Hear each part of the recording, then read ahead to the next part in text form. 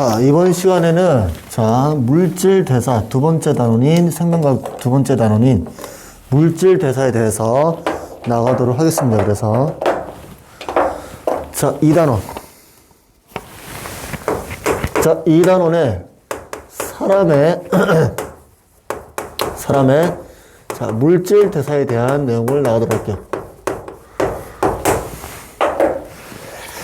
자, 우리 저번 시간에 배웠던 것처럼, 자, 생명체는, 자, 이 물질 대사에 대한 개념부터 먼저 보도록 합시다. 물질 대사.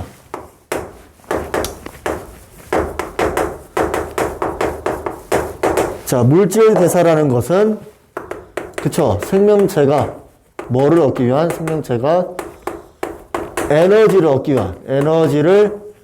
얻기 위한 일종의 그쵸, 화학 반응을 얘기를 하는 거죠. 화학 반응을 얘기를 한다. 자, 이때 이러한 반응이 이루어졌을 때, 화학 반응이 이루어질 때 꼭 참여하는 물질이 있어요. 그게 바로 누구다?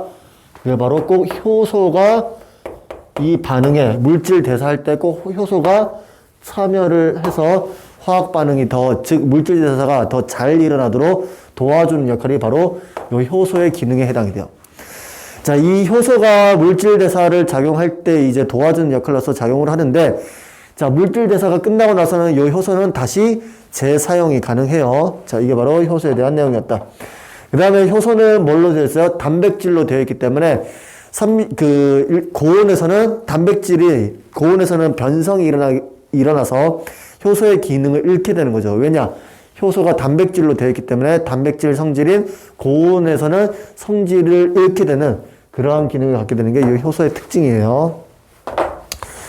자, 그랬을 때 우리 저번에 배웠던 것처럼 다시 좀 저번 시간에 배웠던 걸 좀 더 상기시켜 볼게요.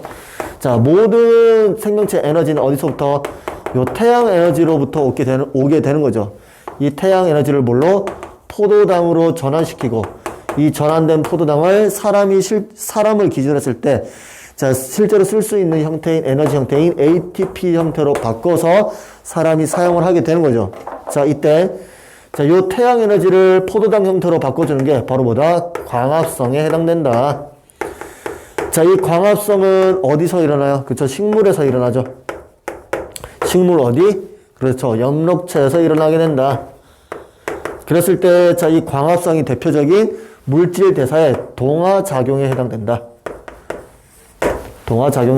그 다음에, 이렇게 바꿔준 포도당을 다시 ATP 형태로 바꿔주죠. 자, 이렇게 바뀔 때, 세포호흡을 통해서 포도당을 분해시켜서, 요거는 합성시키는 반응에 해당되고, 동화작용이니까, 이렇게 만들어진 포도당을 분해시켜서 ATP로 만드는 과정이 세포호흡에 해당된다. 이때는 동물이든 식물이든 모두 공통적으로 이러한 세포호흡 과정이 일어나게 된다. 자, 이랬을 때 이 세포호흡은 어디서 일어나요? 그쵸, 미토콘드리아에서 일어나죠. 미토콘드리아라는 이런 세포 소기관에서 일어나게 돼요. 그랬을 때 이 미토콘드리아에서 일어나는 이 세포호흡, 즉 분해시키는 이 과정은 물질 대사 중에서도 이화작용에 해당이 돼요. 됐죠? 자, 그랬을 때 그러면 각각의 이 동화작용과 이화작용을 기준으로 좀 더 다시 좀 보도록 할게요. 자, 먼저 동화작용은 자, 광합성에 해당되고, 자, 광합성을 예시로 한번 좀 들어봅시다. 그러면은 광합성은 어떻게 일어나? 그쵸? 이산화탄소와 물이 있어야 반응이 일어나죠. 이때 꼭 빛 에너지도 있어야 되죠. 빛이 있어야 반응을 진행시킬 수가 있어요. 빛 에너지가 꼭 있어야 돼요. 그 결과물로서 생성물이 유기물 형태인 포도당 형태와 그리고 산소가 만들어지게 되는 거예요. 이해되셨죠? 자, 그 다음에 이화작용은 대표적인 예시로 세포호흡을 들 수가 있어요. 자, 이 세포호흡을 가지고 할 때 동화작용의 반대작용이 바로 세포호흡 과정이라고 얘기를 하죠. 그러면은, 자, 이 세포호흡 과정을 보면 이 포도당을 분해시키죠. 뭐를 통해서? 산소와 결합을 시켰을 때. 그때 생성되는 물질이 뭐가 나온다? 바로 이산화탄소와 그 다음에 물과 그 다음에 우리가 얻고 싶은 에너지 형태인 ATP를 얻게 된다. 요게 바로 세포호흡 중에서도 대표적인 예시인 세포호흡인 이화작용에 해당이 돼요. 자, 근데 이번 시간부터는 요 세포호흡을 기준으로 세포호흡을 좀 더 자세하게 보도록 할게요. 자, 이 세포호흡은 우리 저번 시간에 이어서 배웠던 요 세포호흡은 좀 더 자세하게 보면은 크게 두 가지 형태로 나눠지죠, 세포호흡은. 하나는 유기호흡이라는 게 있고, 하나는, 그쵸, 무기호흡으로 나눠지죠. 자, 유기호흡과 무기호흡의 차이점을 먼저 보도록 합시다.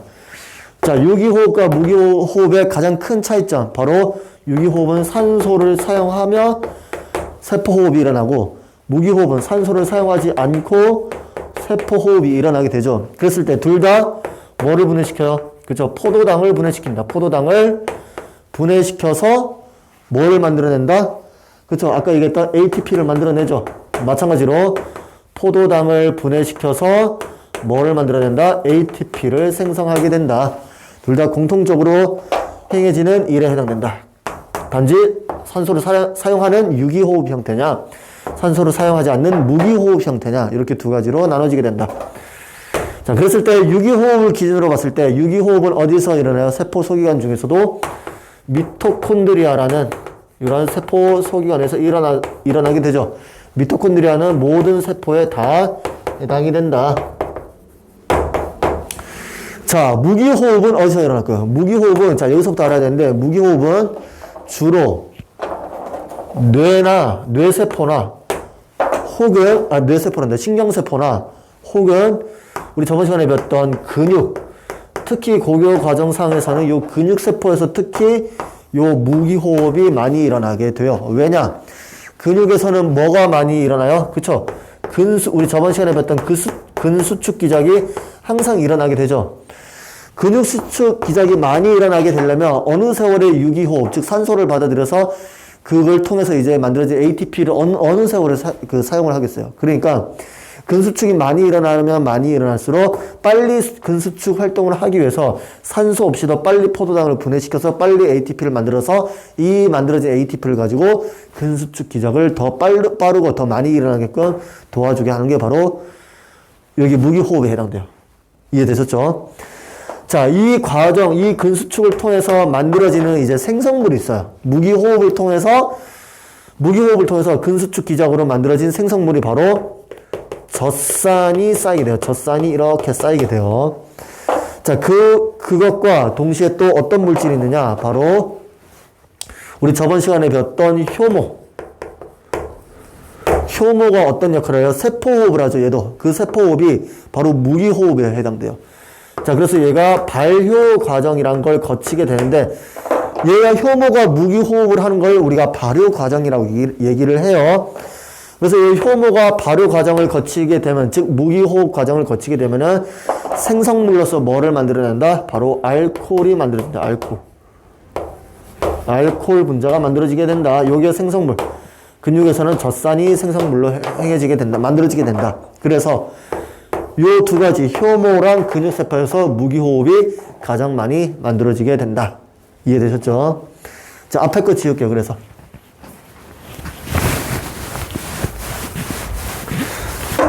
자, 그러면은 지금부터 자, 이렇게 그래서 자, 여기 유기호흡을 통해서 만들어진 요 ATP가 일반적으로 몇 개나 만들어질까요? 일반적으로 32개에서 많게는 34개까지의 ATP를 만들어질 수가 있게 되는 거예요. 자, 그랬을 때 그러면은 지금부터 요 만들어진 요 세포호흡과 그 다음에 연소 과정과의 비교를 지금부터 해보도록 할게요. 세포호흡과 연소 과정을 비교를 지금부터 하도록 할게요. 자, 예를 들어서, 자, 이렇게 있어요. 세포호흡. 그 다음에 연소 과정. 이 두 가지를 지금부터 표를 통해서 같이 비교를 해보도록 할게요. 먼저 공통점부터 보도록 합시다. 공통점. 자, 세포호흡이든 연소 과정은 공통적으로 생성물로서 뭐를 만들어내요? 그쵸? 이산화탄소와 물을 만들어내죠. 이산화탄소와 물을 만들어내는 게 세포호흡과 연소과정에서의 공통점에 해당된다. 그럼 여러분들은 차이점을 기준으로 생각하시면 돼요. 차이점으로. 먼저 세포호흡을 먼저 보도록 합시다. 자, 세포호흡은 차이점으로, 자, 뭐를 사용해? 체내에서 일어나죠. 체내에서 일어나기 때문에 누가 작용한다? 효소라는 놈이 작용하죠. 효소. 효소가 작용한다. 이 효소는, 자, 효소는 뭘로 되어 있어요? 주된 물질이 단백질로 되어 있죠. 그렇기 때문에 단백질이 주 성분으로서 효소가 만들어지게 돼요. 그럼 단백질이 잘 활성된다는 것은 효소가 잘 활성이 되는 거죠. 자, 이 단백질의 최적의 활성이 제일 잘 일어나는 활성 온도가 36.5도예요. 자, 그래서 세포호흡은 36.5도에서 가장 효소 활성이 가장 활발하게 일어나요. 자, 그 다음에 자, 세포호흡을 통해서 만들어진 에너지 형태가 어떤 형태다? 바로 ATP 형태로 만들어지게 된다. 그 다음에 자, 이렇게 만들어진 세포호흡 과정을 통해서 자, 에너지 형태로 만들어지니까 자, 일시적으로 일어나죠. 일시적으로 일어난다. 그냥 우리 그림으로 그려서 한번 나타내 보도록 할게요. 잠깐만, 세포호흡이니까 단계적으로 일어나죠. 단계적으로 일어난다. 그러면 한번 그림으로 한번 나타내 볼게요. 자, 이 동그라미 색칠해진 부분이 반응물이라고 놓고 봤을 때, 자, 이 반응물에 해당되는 물질이 다 분해될수록 각각의 단계마다 단계적 반응이니까 단계마다 뭐가 사용된다? 효소가 작용한다라는 얘기가 되는 거예요. 자, 이번에는 연소 과정을 비교를 해봅시다. 연소 과정.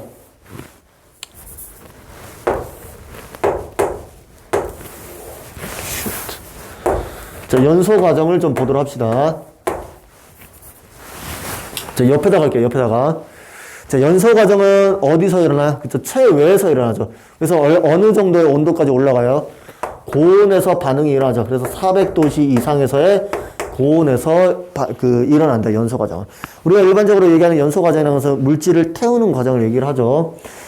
자, 그랬을 때 생성되는 에너지 형태는 어떤 에너지 형태예요? 그쵸? 빛 에너지 형태랑 열 에너지 형태로 만들어지게 된다. 그 다음에 일시적으로 반응이 일어나게 되고, 자, 여기서 일어나는 반응이, 자, 예를 들어서 이렇게 생성물이 있을 때 일시적으로 일어나니까, 자, 이 반응이 끝나면은 바로 분해가 다 일어나게 되는 거죠. 이게 바로 세포호흡과 연소 과정의 공통점과 차이점에 해당돼요. 그래서 요거를 비교를 하실 줄만 아시면 돼요. 그래서, 자, 요거 옆에 거 지울게요. 자, 그랬을 때 ATP를 놓고 봤을 때 보도록 합시다. 지금부터는, 자, ATP. 세 번째는 ATP를 이의 구성에 대해서 보도록 합시다. ATP의 구성. 자, ATP는 구성이 어떻게 되어 있어요? 자, 이렇게 생겼어요. ATP는.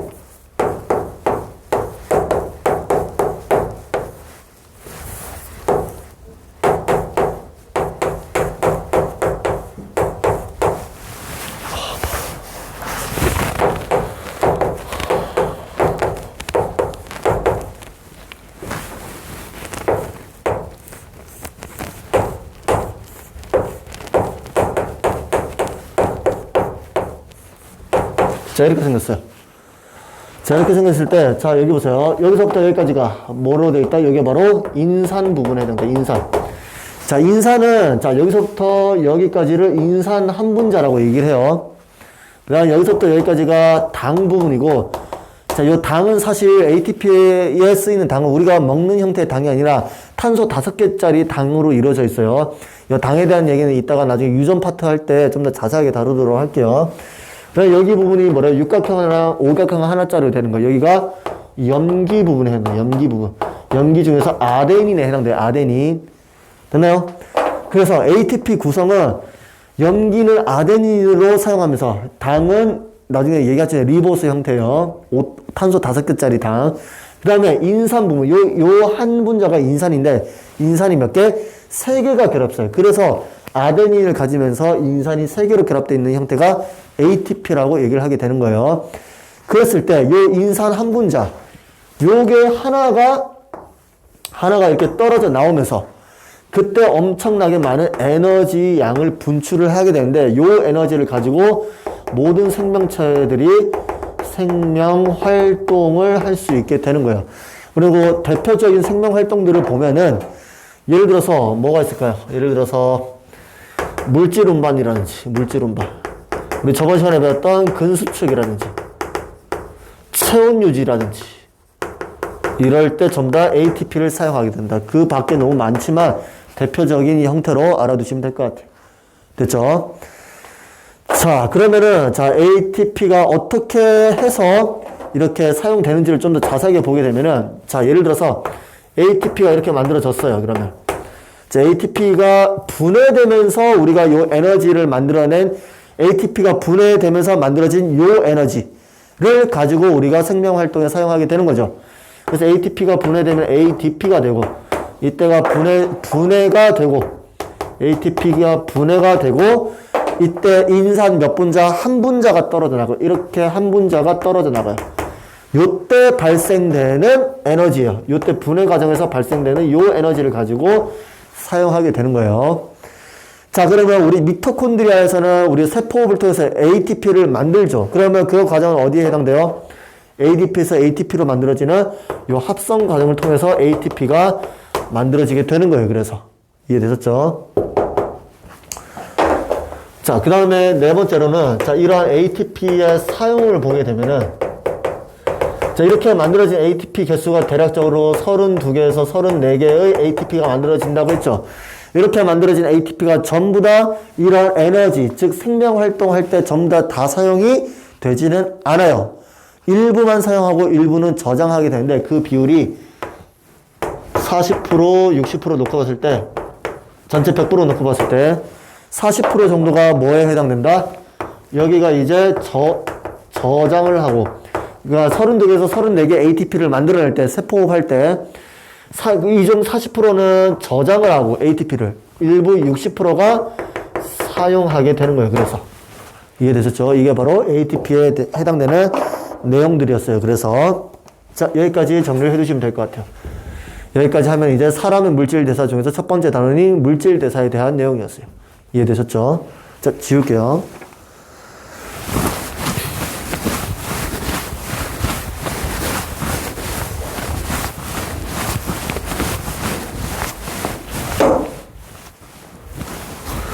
자, 그 다음으로는 기관계 통합작용에 대해서 설명하도록 하겠습니다. 기관계 통합작용.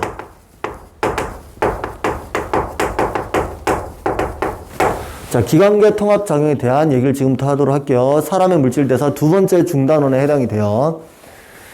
자, 첫 번째로는, 자, 기관 통합작용 첫 번째로 소화계부터 보도록 합시다. 자, 이 소화계에 들어가 있는 기관들을 보게 되면은, 먼저, 우리 입, 우리 먹는 그 과정을 생각하시면 돼요. 입, 식도, 위, 간, 이자, 그 다음에 소장. 학생들이 헷갈려하는 게, 대장도 어디 들어가요? 소화계에 해당이 돼요. 됐죠? 여기까지도 포함이 돼요. 자, 그러면 하나하나씩 좀 보도록 합시다. 우리가 지금 소화계에 해당되는 소화 과정을 보게 되면은, 우리가 주로 섭취하는 3대 영양소를 가지고 기준으로 생각을 하시면 돼요. 그러면 제일 처음에 탄수화물부터 먼저 보도록 합시다. 탄수화물. 자, 탄수화물이 어떻게 분해되는지 그 과정을 좀 보도록 할게요. 자, 이 탄수화물이 분해되는 과정을 보게 되면은 먼저 이것부터 알아야 돼요. 자, 우리가 먹는 형태의 탄수화물은 탄소 6개짜리로 되어 있는 육탄당에 해당돼요. 자, 그러니까 우리가 일반적으로 먹는 당들은 전부 다 음식물로서 섭취하는 당들은 탄소 6개짜리 당으로 되어 있어요. 자, 여기에 육탄당에 해당되는 종류를 보면은, 자, 단당류 형태, 이당류, 다당류로 나눠지게 된다. 됐죠? 그때 단당류에는 뭐가 들어가요? 포도당, 그 다음 과당, 갈락토스 이렇게 들어가요. 이당류에는 뭐가 들어가요? 엿당, 설탕, 젖당에 해당돼요. 이렇게 들어가게 되는 게 이당류에 해당돼요. 그 다음에 다당류에 해당되는 것은, 자, 녹말, 글리코겐 이렇게 들어가는 게 다당류에 해당돼요. 여러분들은 소화 과정을 보고 있으니까 단당류 형태의 포도당, 엿당, 녹말 요 세 가지만 보고 계시면 돼요. 그래서 자, 그러면은 소화 과정을 지금부터 보도록 합시다. 제일 처음에 탄수화물을 제일 처음에 어디서부터 소화가 일어나? 입에서 일어나죠. 입에서. 그래, 당을 요 세 가지만 놓고 보시면 돼요. 자, 입에서 소화 과정이 일어나게 되면은, 자, 여기서 쓰이는, 자, 소화 효소는 뭐가 있어요? 바로 아밀라제죠, 아밀라제. 자, 아밀라제에서 탄수화물이 분해가 되니까 뭐가 만들어져요? 바로 엿당 형태로 분해가 일어나요. 엿당 형태로. 자, 그러면은 요게 다시 어디까지 내려가요? 소장까지 내려가게 되면은 소장에서의 누가 이자액의 도움을 받아서 이자액에서 바로 분비되는 물질이 소화 효소가 바로 아밀라제가 다시 한번 분비가 되죠. 아밀라제. 아밀라제. 똑같은 아밀라제인데 이자액에서 분비되는 거예요. 요거는. 그래서 똑같이 한 번 더 요 엿당이 분해가 돼요. 그래서. 됐죠? 자, 그 다음으로는 자, 소장에서 한 번 더 이제 분해가 일어나죠. 자, 여기서 만들어지는 소화 효소는 바로 말타아제예요. 말타아제. 이 말타아제가 바로 뭐를 분해시켜 주는 거예요? 이 엿당을 분해시켜 주게 되는 거예요. 이해되셨죠? 그 결과로서 가장 작은 단위인 단당류 형태인 포도당으로 분해돼서 결론적으로 소화돼서 흡수가 일어나게 되는 거예요. 이해되셨죠? 자, 그 다음에 단백질을 보도록 합시다.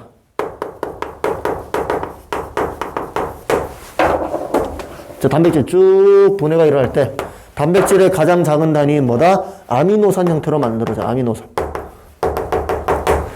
자, 아미노산은 제일 처음에 어디서부터 먼저 분해가 일어나요? 그쵸? 위에서 일어나죠. 위에서 소화 요소가 뭐가 분비돼요? 바로 펩신이 분비돼요. 펩신. 그래서 이 펩신의 도움을 받아서 자, 이 단백질이 첫 번째로 이제 분해가 일어나죠. 그 분해된 물질이 바로 폴리펩타이드 형태로 만들어져요. 폴리펩타이드 형태.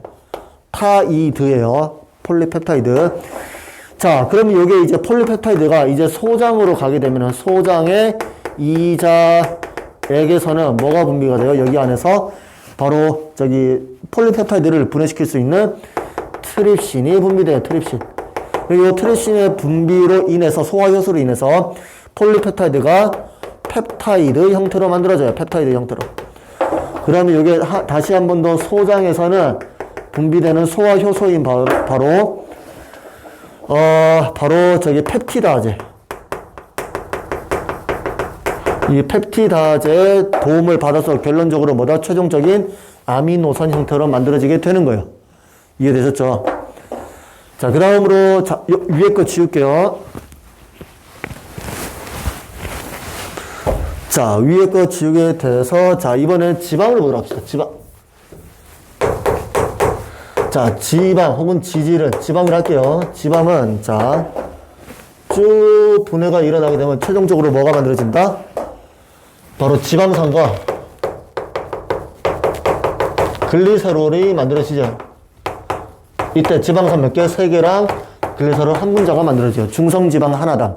우리가 먹는 지방들은 전부 다 음식물을 통해서 섭취를 하기 때문에 우리가 섭취하는 지방들은 전부 다 중성지방에 해당이 돼요. 자, 이랬을 때 제일 처음에 어디서 분해가 먼저 일어나게 될까요? 바로 소장에서 분해가 일어나죠. 자, 여기서 일어나는, 자, 분해는 아니고, 자, 여기서 소화 효소가 아니라 지방 자체를 약하게 해주는 바로 저기 쓸개즙이 분비가 일어나요. 쓸개즙. 이 쓸개즙의 분비로 인해서 지방 자체가 분해가 일어나지 않고 지방이 약해지는 지방 유화가 일어나게 된다. 지방 유화가 일어나게 된다. 그럼 실질적으로 분해가 일어난 것은 자, 여기서 소장에서 분비가 일어나는 바로 이자액에 들어가 있는 소화 효소인 바로 뭐다? 리파제. 이 리파제의 도움을 받아서 비로소야 이 지방이 분해가 일어나게 되는 거죠. 그게 바로 중성지방 하나당 지방산 3개, 글리세롤 한 분자가 만들어지게 되는 게 지방의 분해가 일어난다라고 볼 수가 있어요. 이해되셨죠? 자, 여기서 그러면 작은 거 하나하나씩 이제 보도록 합시다. 먼저 요 간의 특징을 봅시다. 간은 어떤 특징들이 있는지 보도록 할게요. 간은 자, 아까 단백질을 분해시켰죠. 단백질을 분해시키면서 나오는 물질이 바로 암모니아라는 독성 물질이 나와야 돼요. 암모니아 독성 물질. 자, 이거는 암모니아는 독성 물질이기 때문에 빨리 분해시켜줘야 되기 때문에 간에서는 요걸 통해서 해독작용을 해야 돼요. 해독작용. 이 해독작용을 통해서 이 암모니아를 빨리 뭐로 전환을 시켜준다? 요소로 전환시켜준다. 이게 바로 뭐다? 간에서의 해독작용에 해당돼요. 그 다음에 자, 우리 탄수화물 아까 섭취했죠? 거기서 최종적으로 분해시킨 요 포도당을 빨리 글리코겐으로 전환시켜주거나 혹은 글리코겐 전환시켜서 간에다가 저장시키거나 아니면 간에 저장된 글리코겐을 빨리 분해시켜서 포도당으로 만들어줘요. 그 역할을 하는 게 바로 간에 해당돼요. 자, 포도당을 글리코겐으로 혹은 글리코겐을 포도당으로 요거는 분해, 합성. 요거는 합성과 포도당의 합성과 포도당의 분해 과정을 통해서 일어나는 게 바로 간에서의 기능에 해당돼요. 자, 그 다음에 자, 아까 얘기했던 쓸개즙. 자, 쓸개즙은 크게 장소가 각각 달라요. 어떤 장소냐? 생산하는 곳과 그 다음에 분비하는 곳과 저장하는 장소가 각각 다르게 형성되어 있다. 자, 먼저 쓸개즙이 생산하는 곳은 어디다? 간에 해당되고 분비하는 장소는 소장이고 저장하는 곳은 쓸개에다가 저장하는 게 바로 쓸개즙의 기능에 해당이 돼요. 이해되셨죠? 자, 여기까지가 소화학에 해당되는 전반적인 소화 과정에 해당돼요. 이해되셨죠? 자, 그러면 지우도록 할게요.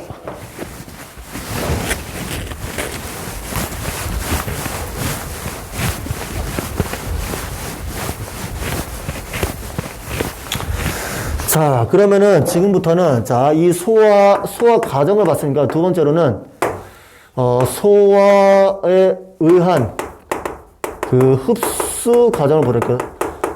다시 할게요. 영양소 흡수.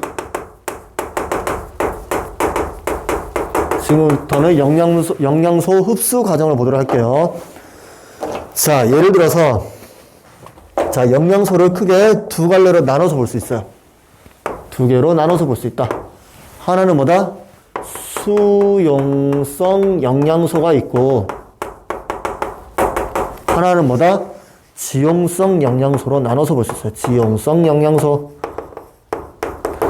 수용성 영양소, 지용성 영양소.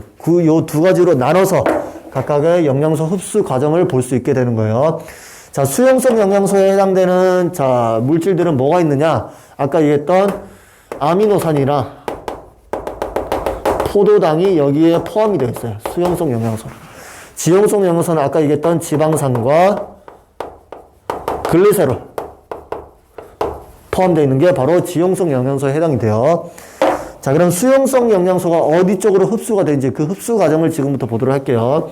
수용성 영양소는 아까 수용성 영양소든 지용성 영양소는 전부 다 소장 어디로 들어간다? 전부 다 소장에 융터를 통해서 흡수가 일어나요. 이건 꼭 알고 계셔요. 소장의 융터를 통해서만 흡수가 일어나요. 그러면은 얘는 융터 어디로 흡수되느냐? 수용성 영양소는 바로 모세혈관을 통해서 들어가요. 모세혈관. 자, 이 모세혈관을 통해서 들어가게 되고, 자, 이 모세혈관을 따라서 간문맥을 따라서 갔다가 결국은 간에 들어가야 된다. 간에. 그럼 이 간은 간 정맥과 연결되어 있고요. 그래서 요 쭉 따라서 결론적으로 어디로 들어간다? 심장 쪽으로 들어가서 심장에서는 온몸에서의 이제 펌프질로 인해서 모든 조직 세포에 들어가야 된다. 이때 간 정맥을 통해서 심장으로 들어가는 정맥이 바로 하대 정맥을 통해서 들어가게 된다. 그렇죠? 그 다음에 지용성 영양소는 자, 소장의 융털에 어디로? 암주간으로 들어가요. 암주간.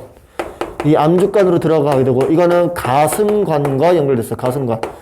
자, 이 가슴관을 다른 말로 똑같은 말로 림프관이라고도 얘기해요. 림프관에 연결돼 있다. 그래서 이 가슴관을 통해서 들어가게 되고 이거는 쇄골하 정맥을 통해서 결론적으로 심장 쪽으로 들어가게 된다. 이때 무슨 심장과 쇄골하 정맥 사이에 바로 이 상대 정맥을 통해서 들어가는 과정에 해당된다. 이게 바로 영양소 흡수 과정에 해당이 돼요. 그래서 이해되셨죠? 자, 여기까지가 그래서 소화학의 전반적인 내용이었어요. 자, 두 번째는 호흡계를 보도록 합시다. 호흡계. 자, 호흡계의 먼저 정의를 먼저 보도록 합시다. 호흡계의 정의는 자, 기체 분압 차이로 인한 어떻게 확산을 통해서 교환이 일어나는 게 바로 요 호흡계에 해당이 돼요. 그러면은 자, 여기는 이제 크게 호흡하는 방식이 크게 외호흡과 내호흡으로 나눠져요. 외호흡과 내호흡으로 나눠져. 외호흡은 우리 중학교 때 배웠어요. 들숨, 날숨. 그게 외호흡이요.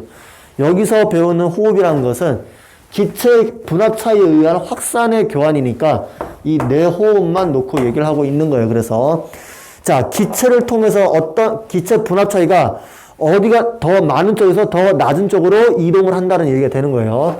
그러면은 내호흡을 기준으로 했을 때 산소 기체를 기준으로 보도록 합시다. 산소 기체는 어디가 많다? 대기 중에 더 많아요. 그래서 대기 중을 통해서 어디로?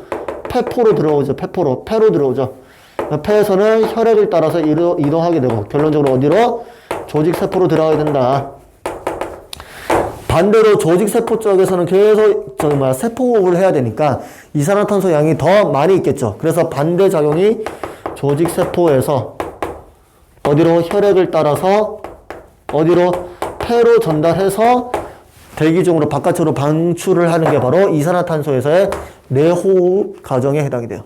이해되셨죠? 그래서 이건 뭐다? 기체 분압 차이로 이러한 확산에 의한 교환 과정이 이렇게 두 가지로 나눠지게 된다. 이게 내호흡에 해당이 돼요. 자, 앞에 거 지울게요.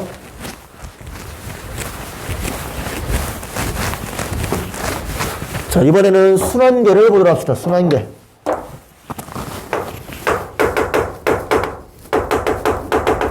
순환계는 어떤 기능을 하게 돼요? 순환계는 우리 몸에서 물질을 운반시켜주는 기능을 하죠. 물질 운반. 자, 물질 운반의 기능을 하게 되고 크게 세 가지로 나오죠. 물질 운반의 기능. 첫 번째, 기체를 놓고 봤을 때 산소나 이산화탄소. 그 다음에 영양소. 우리 저번에 아까 배웠던 영양소. 그 다음에 이따가 배우게 될 노폐물. 이런 것들을 전부 다 운반시켜주는 역할을 하게 되는 게 바로 순환계에 해당이 된다. 자, 여기서부터 이제 심장을 기준으로 좀 보도록 할게요. 심장. 자, 폐를, 여기가 맨 왼쪽이 폐예요. 자, 폐를 통해서 이렇게 들어오는 혈관이 있을 거고, 이게 폐정맥이라고, 이게 폐정맥. 이게 폐정맥이다. 그러면 여기 들어오게 되면 폐정맥으로부터 들어오는 저기 심장은 바로 여기가 좌심방에 해당돼요. 좌심방. 그러면은 밑에 좌심실을 거쳐서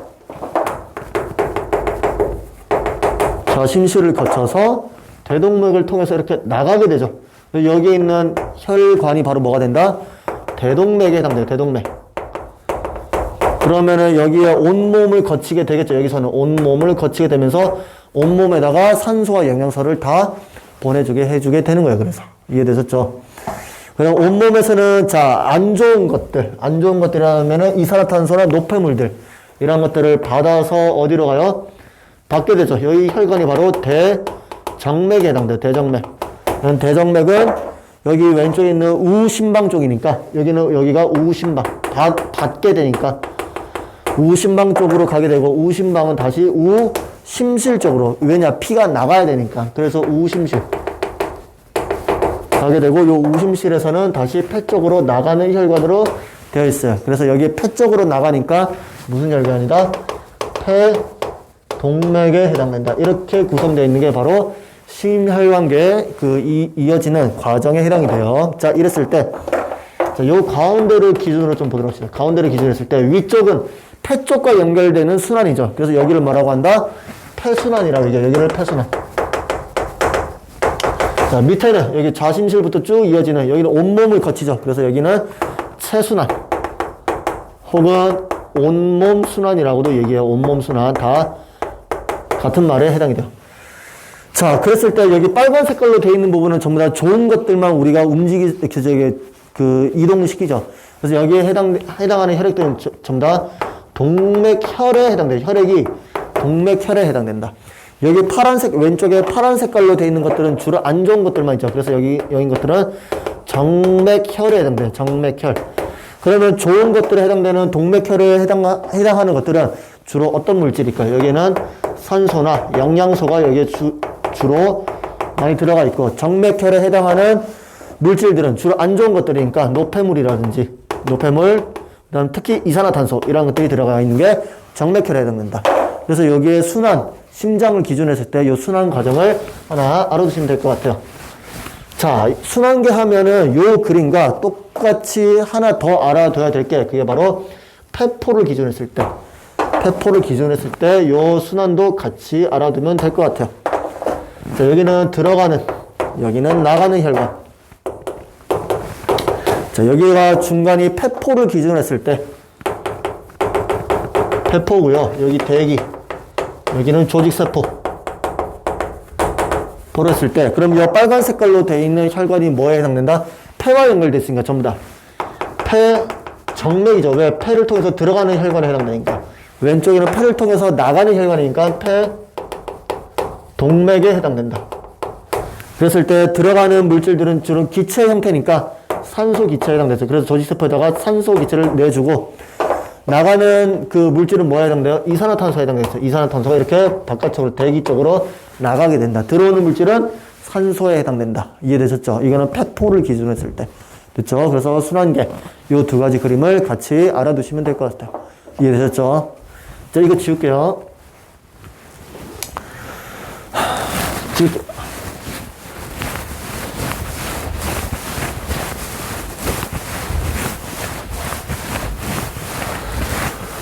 자, 순환계 했고요. 그 다음에 네 번째로는, 자, 네 번째로는 이제 저기 배설계를 좀 보도록 할게요. 배설계. 자, 배설계를 보도록 합시다. 자, 배설계는 뭐를 통해서?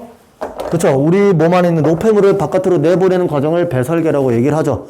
그래서 이 배설계에 해당 노폐물을 배출을 시킬 때 배설을 통해서 주로 그 기능을 하는 게 콩팥이 그 기능을 하게 돼요. 콩팥 혹은 신장이라고 얘기를 하죠. 어떻게? 이 콩팥에서 오줌 생성을 통해서, 오줌 생성 과정을 통해서 몸 밖으로 노폐물을 바깥으로 배출을 시켜야 된다. 자, 이때 이 콩팥에서는 그 주된 그 오줌 생성 과정의 주된 기능을 해주는 게 바로 이 콩팥의 기본 단위가 뭐로 되어 있어요? 기본 단위가, 콩팥의 기본 단위 바로 네프론이죠. 네프론. 이 네프론에서의 오줌 생성 과정을 통해서 몸 바깥으로 노폐물을 바깥으로 내보내게 되는 거예요. 그래서 자, 그랬을 때 그러면 하나하나씩 보도록 합시다. 먼저 우리가 섭취하는 영양소를 기준으로 좀 보도록 할게요. 자, 영양소. 자, 우리가 섭취하는 영양소는 우리가 탄, 단, 지 이렇게 있죠. 자, 이렇게 했을 때 노폐물 형태로 뭐가 만들어지는 보도록 합시다. 노폐물. 자, 탄단지로부터 공통적으로 얻게 되는 노폐물은 뭐가 있어요? 그쵸? 물. 근데 물은 일부는 또 재흡수를 하죠. 물. 그 다음에 여러 가지 질소 노폐물. 뭐 예를 들어서 이산화탄소.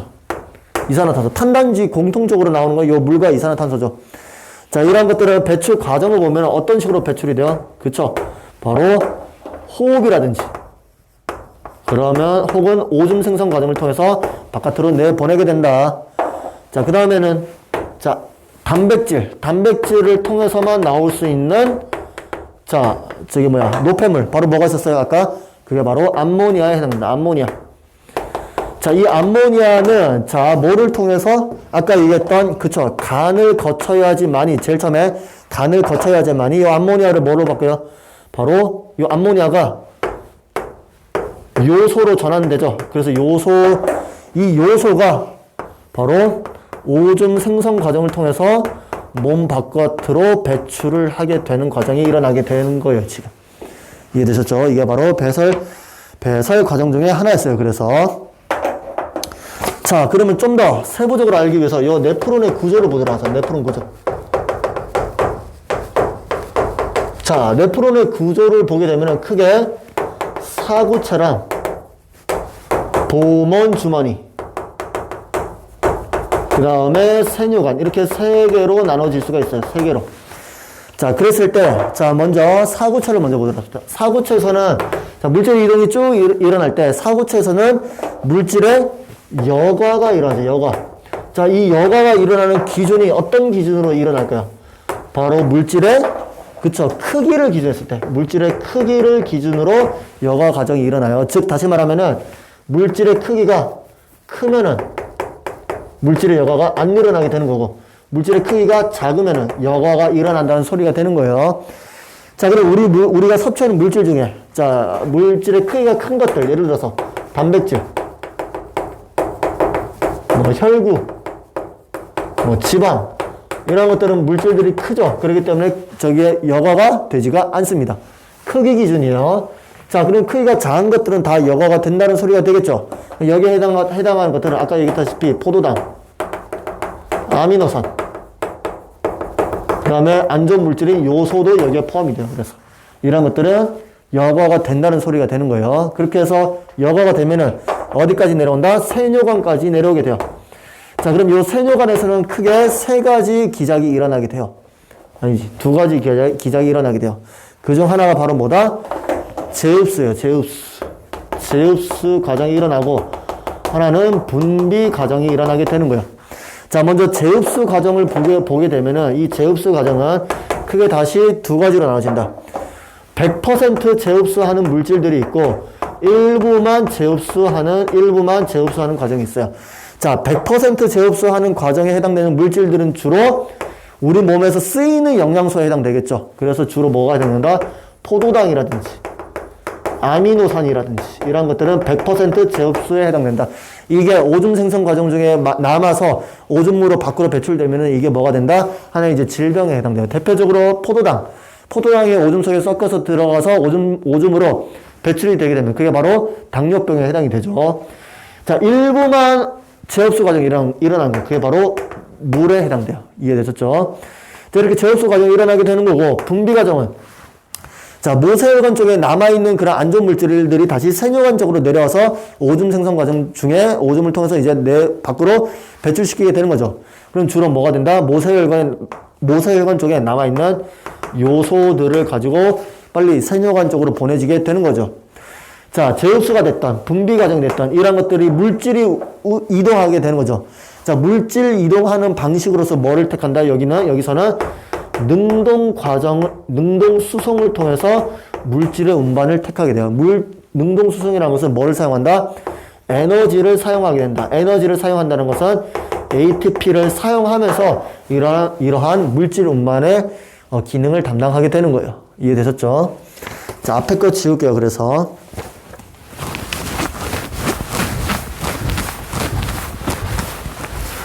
자, 그러면은, 자, 네프론 구조를 좀 더 자세하게 좀 보도록 할게요.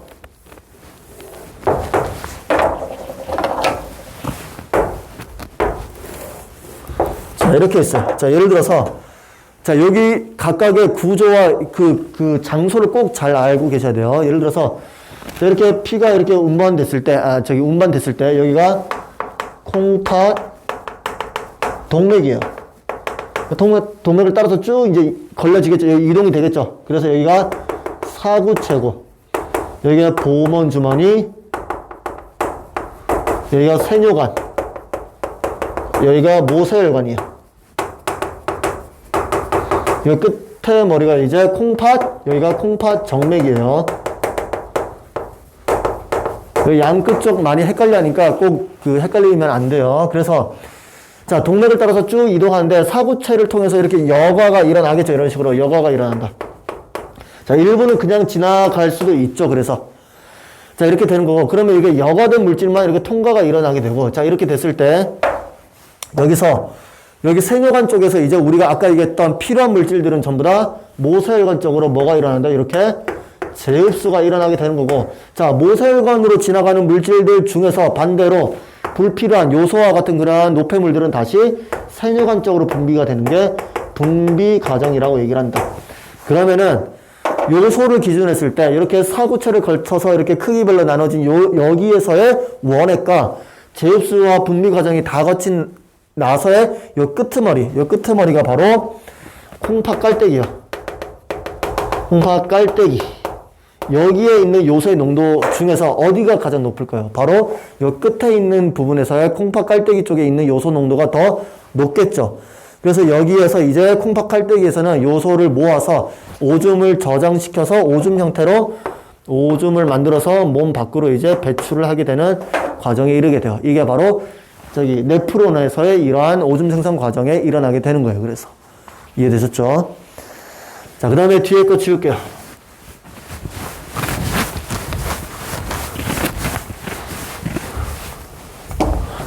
자, 그 다음으로는, 자, 생콩즙 실험을 보도록 합시다.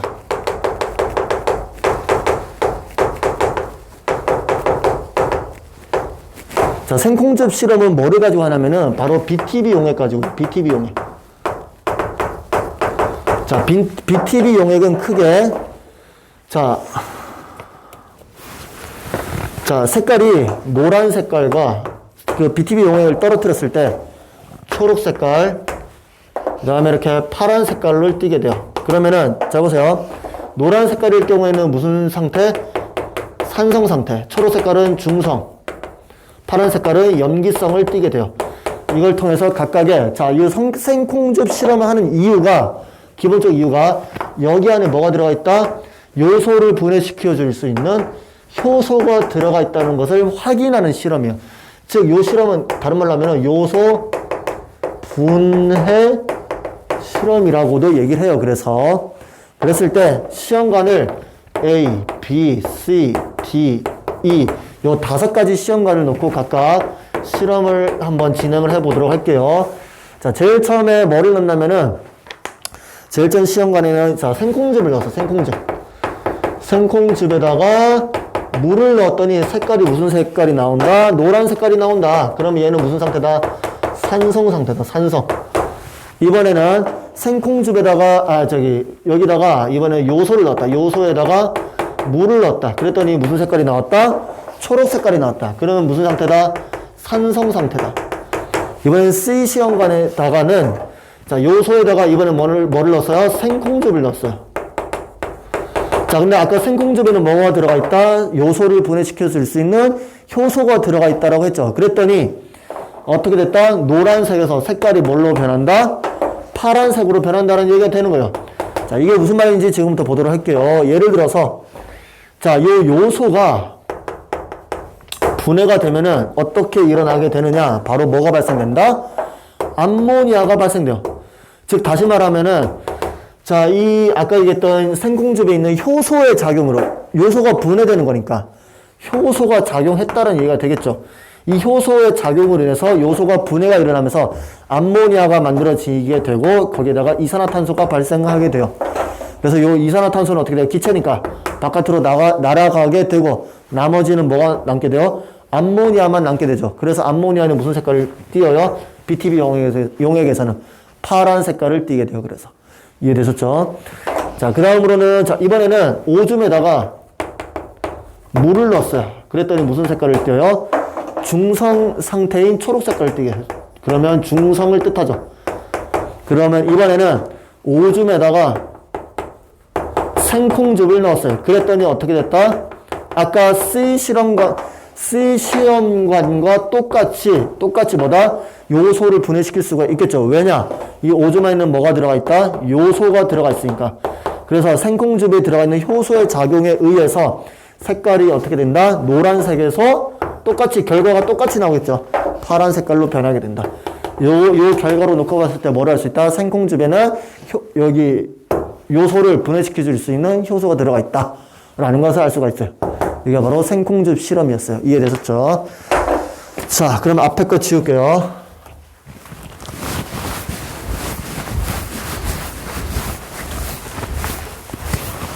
자, 그 다음에 기관계 통합작용을 보도록 합시다. 기관계 통합작용. 자, 6번째로는 자, 기관계 통합작용.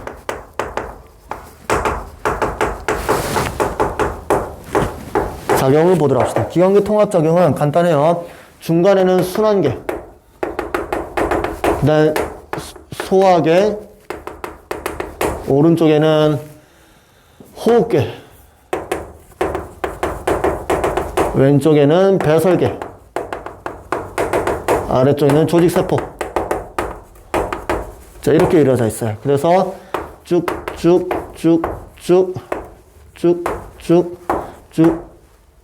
이렇게 화살표로 나타내 있다. 자, 이렇게 했을 때 호흡계를 통해서 빠져나가는 뭐요? 자, 이 기관계 통합작용은 각각의 기관들마다 어떤 물질이 들어가 있는지만 알고 있으면 돼요. 참고로 모든 수능 기출 문제에서는 자, 이 기관계 통합작용, 요 그림으로 다 한꺼번에 다 설명할 수 있죠. 그래서 문제 형태가 다 요걸로만 출제가 돼요. 수능 기출 문제로 기준을 했을 때. 자, 그래서 요 형태를 꼭 알고 계셔야 돼요. 자, 호흡계는 빠져나갈 때 뭐를 빠져나가요? 이산화탄소가 빠져나가죠. 그 다음에 배설계 쪽으로서는 물과, 그쵸, 노폐물이 빠져나가죠. 그러면은 요거로 가는 게 뭐가요? 이산화탄소가 되는 거고, 얘가 물과 이산화탄소가 되겠죠. 이해되셨나요? 그러면 요 배설계 통해서 순환계 쪽으로 가는 것은 물이 되고, 그 다음에 조직세포 쪽으로 순환계 쪽으로 가는 것은 요게 이산화탄소 기체가 되겠다. 나머지는 좋은 것들만 해당되죠. 호흡기를 통해서 들어오는 것은 산소. 여기 조직세포로 전달하는 것은 산소랑 저기 영양소. 그래서 소화기로부터 들어온 것은 영양소에 해당돼요. 이렇게 해서 각각의 기관계 통합작용을 전체적으로 알 수가 있게 되게 되는 겁니다. 이해되셨죠? 자, 뒤에 거 지울게요.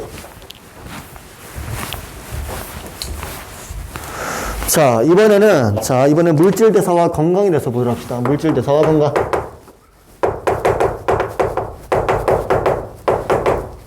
자, 물질 대사와 건강 크게 두 가지만 생각하시면 돼요. 일일 대사량과 일일 섭취량. 요 두 가지만 생각하시면 돼요. 말 그대로 하루 동안 섭취할 수 있는 양과 하루 동안 대사할 수 있는 양을 보시면 돼요. 근데 요 기준을 택했을 때 일일 대사량을 기준했을 때 좀 보도록 할게요. 일일 대사량은 크게 기초 대사량과 활동 대사량.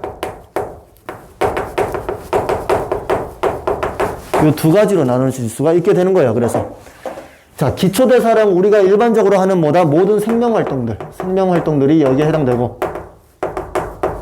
활동 대사량에 해당하는 것은 우리가 일반적으로 모든 행해지는 신체 활동들. 그게 바로 활동 대사량에 해당돼요. 근데 자, 여기서 자, 요 생명 활동이 상대적으로 여성보다 남성이 더 생명 활동이 더 많이 일어나요. 왜 그럴까요? 바로 남성이 근육량이 더 많기 때문에 일반적으로는 생명 활동이 남성이 더 많이 일어난다라고 보시면 돼요. 그래서 자, 이랬을 때 그럼 에너지 균형을 한번 보도록 합시다. 에너지 균형. 에너지 균형을 볼 텐데, 자, 이거는 자, 이거를 칼로리를 계산할 줄 알아야 돼요. 칼로리. 자, 탄수화물은 1g당 몇 킬로칼로리? 4킬로칼로리.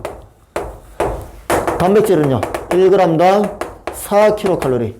지질은요, 1g당 9킬로칼로리의 열량을 나게 되는 거야. 그래서 요거를 꼭 기억을 해 두셨다가 칼로리로 계산해서 각각의 에너지 균형을 찾게 되는 거예요.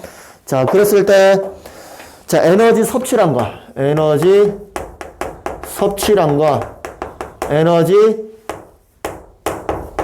대사량을 가지고 계산한, 여기 칼로리로 계산한 거를 가지고 한번 나타내 보도록 할게요. 자, 영양 상태가 균형이 이루어질 경우는 어떻게 돼요? 에너지 섭취량과 에너지 대사량이 같았을 때. 근데 이번에는 영양 상태가 부족일 때는 어디가 더 많다? 에너지 대사량이 더 많아질 경우. 자, 영양 상태가 너무 과다일 경우에는 어디가 더?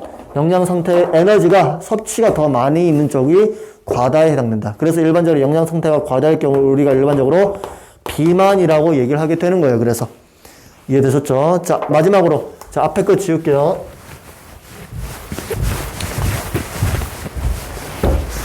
자, 마지막으로 대사성 질환에 대해서 보도록 합시다. 대사성 질환은 크게, 자, 대사성 질환은 첫 번째 당뇨병이 있고요. 두 번째로는 고지혈증. 세 번째로는 부르병이 있어요. 자, 그 중에서도 고지혈증은 고혈압, 그 다음에 동맥경화, 요 두 가지가 같이 일어나요. 같이 보시면 돼요. 자, 그랬을 때 당뇨병을 먼저 보도록 합시다. 당뇨병은 우리가 일반적으로 어떻게 해서 생겨나게 될까요? 크게 두 가지가 있죠. 1형 당뇨병은 어떻게 해서 생겨나게 돼요? 우리가 피 속에 녹아져 있는 혈당량을 줄이기 위해서 어떤 호르몬, 인슐린 호르몬이 작용해야 되죠. 그 인슐린 양이 현저하게 줄어들거나 아니면 아예 없거나 그걸로 인해서 생겨난 게 당뇨병에 해당돼요. 2형 당뇨병은 인슐린 양은 정상이에요. 이건 정상. 근데 뭐의 문제요? 자, 인슐린이 분비됐을 때 그 인슐린이 작용할 수 있는 수용체가 있어요. 그 인슐린과 수용체의 결합이 이루어져야 인슐린이 혈당량을 낮출 수가 있게 되는 거예요. 근데 문제는 그 결합하는 그 수용체에 문제가 생기게 되는 거예요. 수용체의 문제. 수용체에 그 인슐린과 결합할 수 있는 수용체 문제가 생겼다. 이건 무슨 말이다? 유전적 문제라고 볼 수 있다. 유전적 문제에 해당된다. 이해되셨죠? 자, 그 다음에, 자, 고지혈증은 간단해요. 예를 들어서, 이렇게 혈관이 있을 때, 자, 우리가 먹는 음식물로서 분해했을 때, 생겨나는 콜레스테롤이 이렇게 혈관을 막게 되는 거. 이거를 고지혈증. 근데 이렇게 막게 되는 게 하필이면 동맥이다. 그럼 뭐가 생겨나게 되는 거예요? 동맥 경화가 생겨나게 되는 거고, 이 고지혈증이 뇌에 연결된 혈관을 막히겠다. 그러면은 뭐다? 고혈압이 되는 거예요. 구루병은 비타민 D의 부족으로 생겨나는 게 바로 구루병에 해당이 돼요. 이해되셨죠? 자, 그래서 여기까지 2단원 전체적인 거를 내용 정리를 잘 해두시면 될 것 같습니다. 여기까지 하도록 할게요.